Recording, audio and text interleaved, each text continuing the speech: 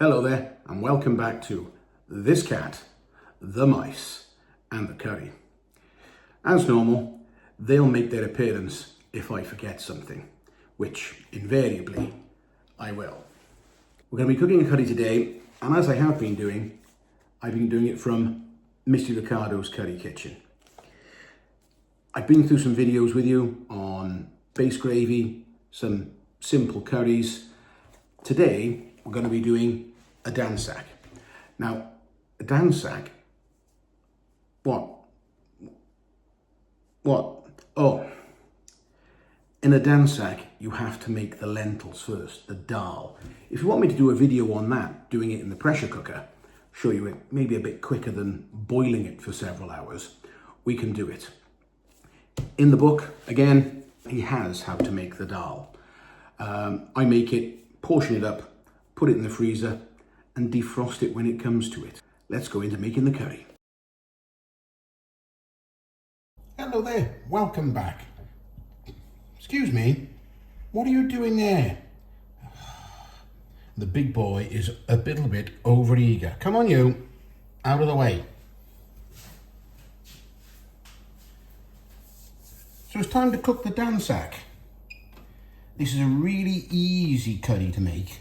The hardest part of this curry is making the Dahl, but it's all laid out. He's got it all in his book. I think it's on page 146 of the book. You go in there, it tells you how to make it. I'll double check now. Tell a lie, 136. That's the hardest part. I actually used a pressure cooker. Again, you're going to think everything you do is in a pressure cooker. Just to save time. Pressure cook the Dahl instead of having to let it go for hour and a half till all the lentils go soft. You can manage to cheat a little bit. As with everything in life, it's all about saving time. Let's get this going. You can see the ghee. I don't think it was discussed before. I like to cook with ghee. There's no Taj petta or cassia bark in this one. Just got to warm up the oil, and then we're going to be putting in the garlic and ginger paste. Now, this recipe has a couple of optional extras on options. One of them is the amount of garlic and ginger paste. You can have 2 or 3 teaspoons.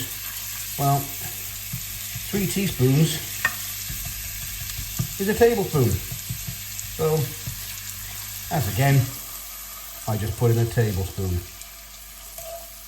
Make your well of oil, or ghee in this case, in the bottom, so you can get your ginger cooked without it sticking to the pan. Remember I said before, when you put it across the pan and you get that gritty feeling, like when you drag your fingernail across glass, can you hear that rough? That's the ginger and garlic and ginger paste. Just hear that? That's just it sticking a bit. And we want to keep this frying until the sizzling slows down. That means most of the water content is gone. And we're about close there. I'm going to put our dry spices in. I personally add a bit of base gravy when I do it anyway. You can try and do it without. You've got to be careful then spices don't stick to the pan after you put them in. You want to fry these off now for a couple of seconds, 20 to 30 seconds.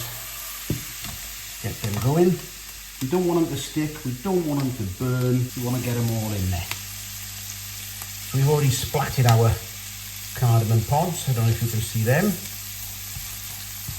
Already splatted them to get those flavours coming out. And I'm afraid you haven't got smell-o-vision through the camera, so you can smell all of those flavours coming off. Now we've given that a little bit. Given that a couple of seconds. You know you're close when you can start to smell the aromas coming off. In with the tomato paste.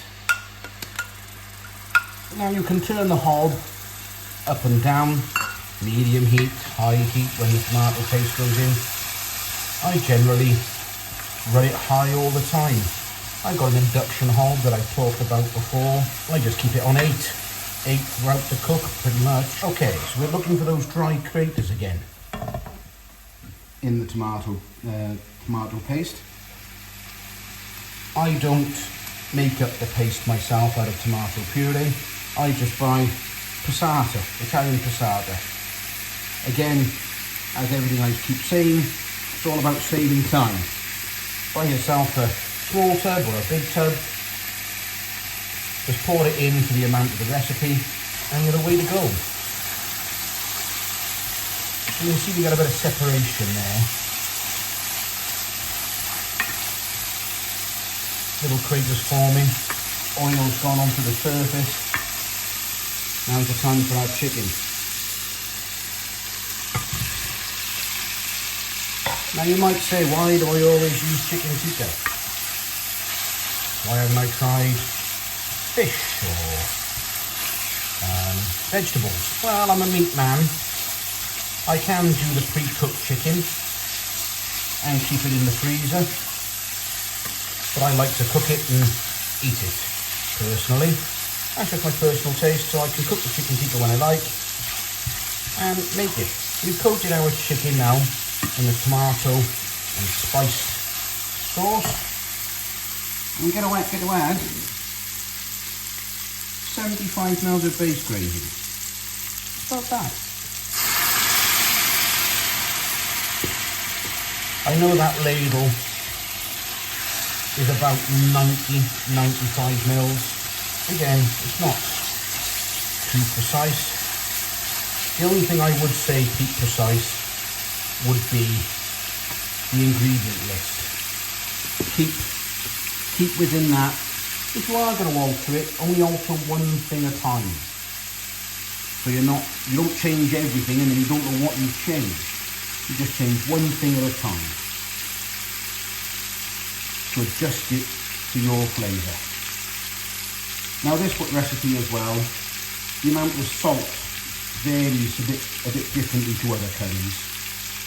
I generally only put a quarter of a teaspoon in, pretty much no matter what. There's a bit of salt in the base gravy, there's salt on the chicken tikka, so I don't put too much salt in.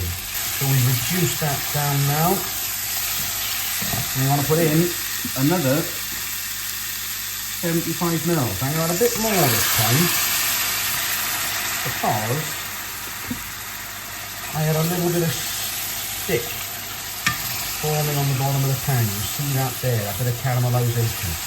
It hasn't quite gone, but it'll come off. See? We've got to let that reduce a bit more now. So we've added our second load of base gravy, the second 75 mils. The next time we add base gravy is going to be when we put our Dahl in, and the brown sugar, and in my case, lemon juice, because I haven't got any lime juice. You can see here that the oil is separated. You can pick that up on camera. That's the part where it's gonna, see, that's come off a bit. So where the oil comes off, that's the danger zones, where you can see the oil separate right off. That's your highway to the danger zone. You know you're going to get it a bit heavy. Yeah, still there. That'll come off when we scrape it down after you put the Dahl in now. Hopefully you can see on the video how it's reduced. Yep. Now you can really see it. So we're going to put in 150 mils of base gravy now.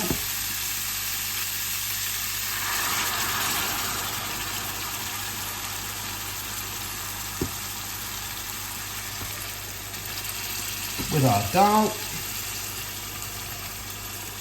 There you go. And our lemon juice and brown sugar. There we go. And we're going to give this a good stir over and a good scrape.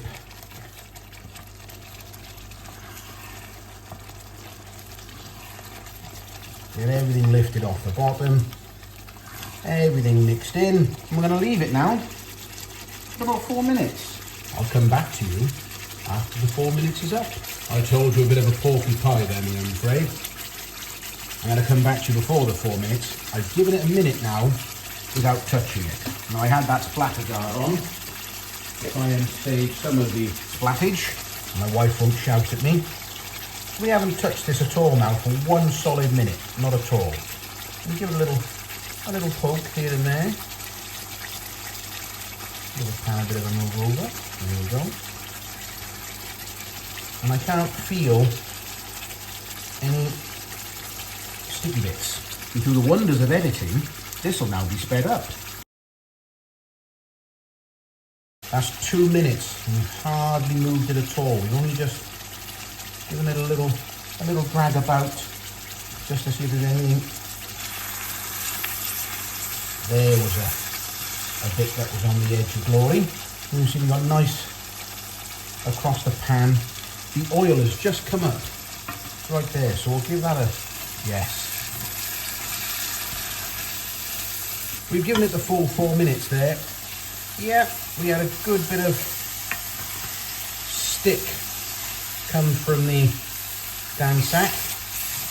We've managed to just scrape that off and get it into the curry. That's what makes this one maybe a touch complicated. I'm still taking it quite high, but here's a little trick. You can see it's a little bit, oh, it's not quite burnt, but it's quite well stuck. Bit of base gravy.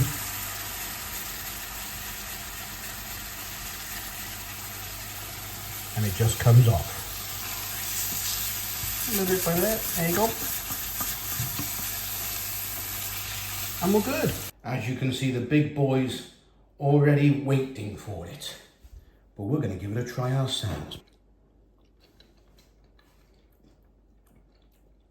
You do get that little hint of spice from the chilli, enough to make you salivate, and you've got this lovely little dance on your tongue. A little serenade from the Dahl. I'm going to try and stop myself going in for a second one, but I failed.